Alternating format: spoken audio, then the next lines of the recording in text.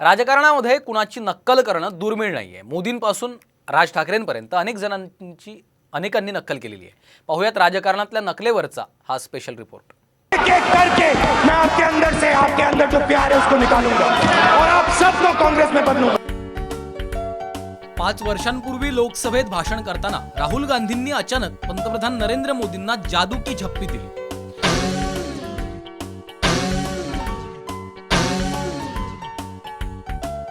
त्यानंतर बोलताना मोदींनी राहुल गांधींची मिठी आणि डोळे मारण्यावरून भर सभागृहात नक्कल केली। उठो उठो उठो, कैसे आंख खोली जा रही है, कैसे बंद की जा रही है, इतनी जल्दबाजी क्या है? महाराष्ट्राच्या राजकारणात तर मिमिक्री करणाऱ्या नेत्यांची अजिबात कमतरता नाहीये। इतर नेत्यांची मिमिक्री राज ठाकरेंचा तर हातखंडाच। राहुल गांधींपासून रामदास आठवलेंपर्यंत कुणाचीही त्यांच्या मिमिक्रीतून सुटका झालेली नाही। महापुरुषांची बदनामी करणं, त्या दिवशी ते मैसूर सँडल सोप आला होता ना महाराष्ट्रात, राहुल गांधी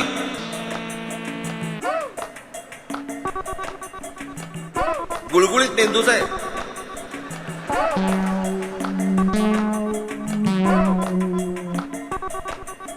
हल्ली राहुल गांधी बोलतो का त्याच्या मागून आरडी बरोबर बोलतो तेच कळत नाही। काय काय ऐकू ते येते।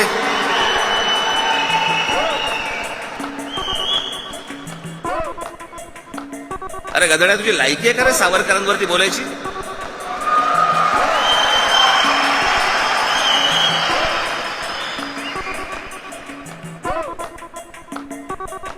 ते संजय राऊत कितीही बोलतात आणि सगळ्याची एक ऍक्शन असते। तो असा त्या सगळ्या ह्याच्यामध्ये तो काय हुआ, ये तो बात है से ऐसा करते था, ये करते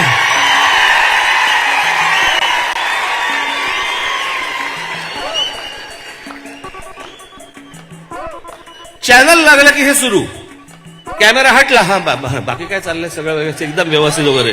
आता जयंत पाटलाला काही सांगा, चकित चंदू एकदा मागे गृहमंत्री असताना मी त्याला सांगत होतो, ह्याच सगळ्या गोष्टी सांगत होतो। म्हटलं अहो जरा एकदा त्या बेराम पाड्यामध्ये जाऊन बघा, एकदा ह्या सगळ्या वस्तीमध्ये जाऊन बघा, इकडे म्हटलं अत्यंत भीषण अवस्था आहे म्हटलं तिकडे। कधी म्हटलं तिथे कुठे शस्त्र असतील, बॉम्ब असतील, खरे की काय मला काही कल्पनाच नाही।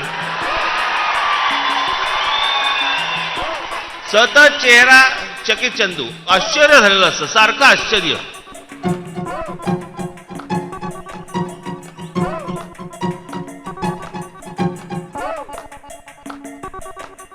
संपलेल्या पक्षाबद्दल मी काय बोलणार? संपलेला पक्ष, अरे येऊन बघा, हा काय संपलेला पक्ष आहे का? एखाद्याची नक्कल करण्यात छगन भुजबळ देखील माहीर आहेत।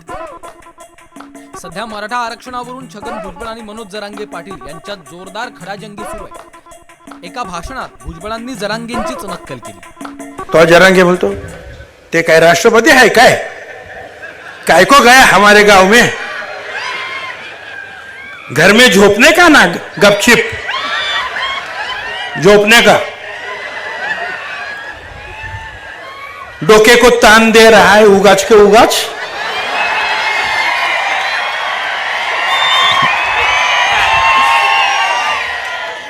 हमने बोला ना हमारे गांव में मत आओ, तो आने का नहीं ना, तुम क्यों आते हो, मत आओ ना, आरक्षण लेके आओ।